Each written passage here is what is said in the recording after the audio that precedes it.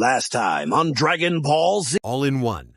We made our way through the Saiyan Saga, incorporating the movie Dead Zone and 2 what-if story ideas from the great Masako X, as well as a break hint at Xenoverse's influence. To get further details, please check out my previous episodes. Now on to the Namek Saga. We start at the hospital like the anime right after the fight. Goku and Nappa lay in hospital beds while the rest were in better shape, discussing next steps, now that Piccolo is gone, meaning Kami and the Dragon Balls are as well. Hearing them explain how with Piccolo dead, the Dragon Balls no longer work, Nappa asked what they were most wanted to ignore him. But Goku spoke up and explained that the green guy he killed was bonded to another green guardian that made magic wish granting balls. But with him dead now, the balls are gone. Balls. Nappa just asked, why not just get another Namekian?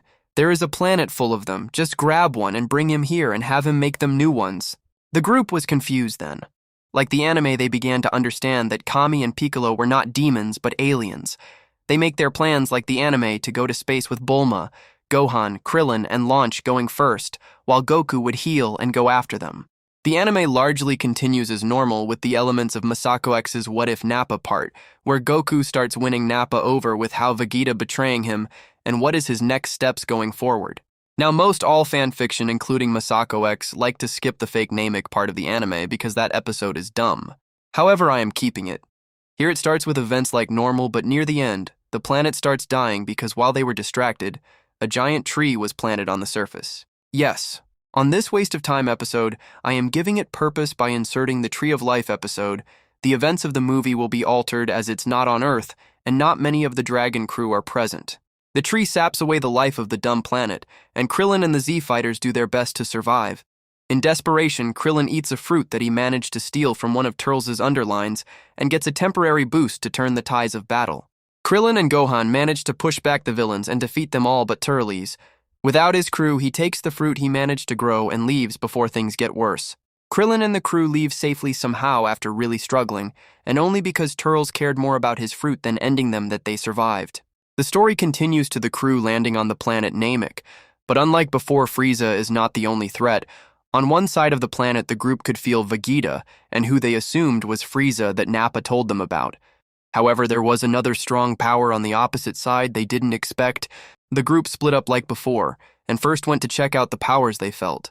First went like the anime and found Frieza and his men, but they got there after there was no one left in its village.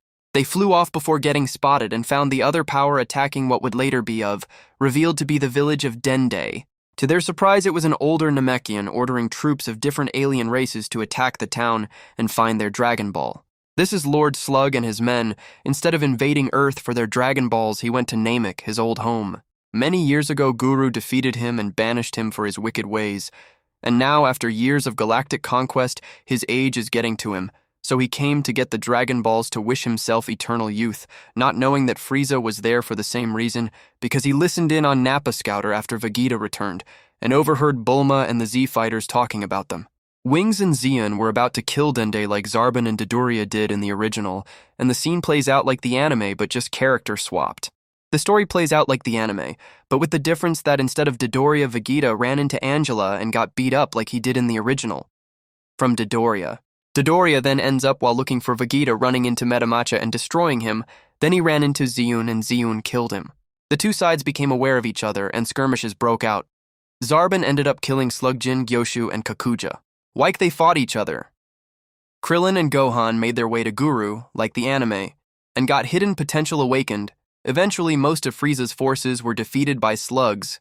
Slug still had Angela, Zeon, and Wings, while Zarbon was the last standing only to get killed by Vegeta. While this was all going on, a ship lands on Namek, unaware of all the conflict below, and when it opens, the Saiyan pirate Turles comes out. He planned on using the planet for the tree, and ended up trapped, because right as he landed, he was attacked by Lord Slug himself, and his ship was destroyed. So much chaos was going on at the same time, and Frieza had enough and ordered the Gainu force to arrive. I also want it to be known in my version, Bulma is still going on her wacky adventure like in the original, somehow not getting spotted by anyone. The Ginyu force arrives and instantly turn the tables. Raccoon was enough to keep Krillin, Gohan, and Vegeta at bay. Gildo causes Turles trouble and ends up destroying his last seed to the Tree of Life, engaging him enough that he ends up joining forces with Vegeta and the Z-Fighters. Vegeta is disgusted to have to work with someone he considered a low-class warrior like Turles, who turned his back on his home and became a space pirate.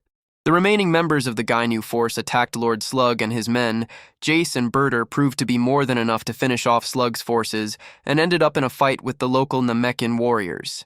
Finally, as the Z fighters are pushed to their limits, a ship from Capsule Corp arrives revealing Goku and Nappa, who surprise everyone with how strong they are from the gained Zenkai boost from healing and the boost from training in 100 times gravity. Nappa kills Gildo faster than he can stop time while Goku takes out Raccoon, like in the anime, and the group get caught up on who is who and how the two got so strong. They decide to go ahead and chase down the other members of the Gainu force to find dead Namekian warriors at the feet of Gainu and Jais and Berter, fighting Slug and losing. Before Ginu can join his men, he is attacked by Vegeta and ends up in the normal body-swapping montage like in the anime, but with him swapping with Nappa and Turles as well, before Goku tricks him into a frog. This is when Frieza shows up enraged at his men dead and everyone getting in his way. At this time, Frieza has 4 Dragon Balls while Slug had 3. Slug and Frieza end up fighting over the Dragon Balls, and the Z fighters and the Extra Saiyans flee while they are under attack. Krillin managed to take Slug's 3 balls while the fight was happening. Slug's fight with Frieza lasted surprisingly long, and Slug even pushed Frieza to his second form, while the Z fighters were no longer around to witness. Vegeta had them sneak into Frieza's ship and use the healing pods like in the anime, and while the Saiyans were all healing and Frieza and Slug were fighting Krillin, Gohan and Dende used the Dragon Balls to first wish Piccolo back to life, and as a result, Kami came back as well. Now here I will insert a small change and have the Dragon Balls on Namek still only bring one person back at a time, but it automatically summoned them to Namek. Kami is still on Earth because the wished back Piccolo, but if the wished back Kami Piccolo would be on Earth. King Kai instructed Kami to get the Dragon Balls and wish all the people killed by Lord Slug and Frieza's forces on Namek back to life, after they used the Namek Dragon to wish Raditz back to life by request of Gohan, hoping he could help. Then they used the last wish to teleport all the Namekian residents to Earth, seeing the Dragon Frieza finished with Slug and rushed to where it was. But he was too late, and like in the original Piccolo, rushed to find them. But instead of Nail, he found Slug, who was dying from a wound Frieza left on him. He convinced Piccolo to try the fusion, and in the process they fought for dominance, but unexpected for Slug. Piccolo was the stronger will, so a new Piccolo is born. Now another reckon I'm making with how cool Piccolo looked with his most newest power-up as Orange Piccolo. I'm going to say fusion with Slug gave him a form like that, but blue like how the dragon looked in GT after corrupted right before it split into 7 dragons. And like how the Orange Piccolo had strong brows in his new form, this form other than blue skin had long antennae like the long whiskers of the blue Shinron.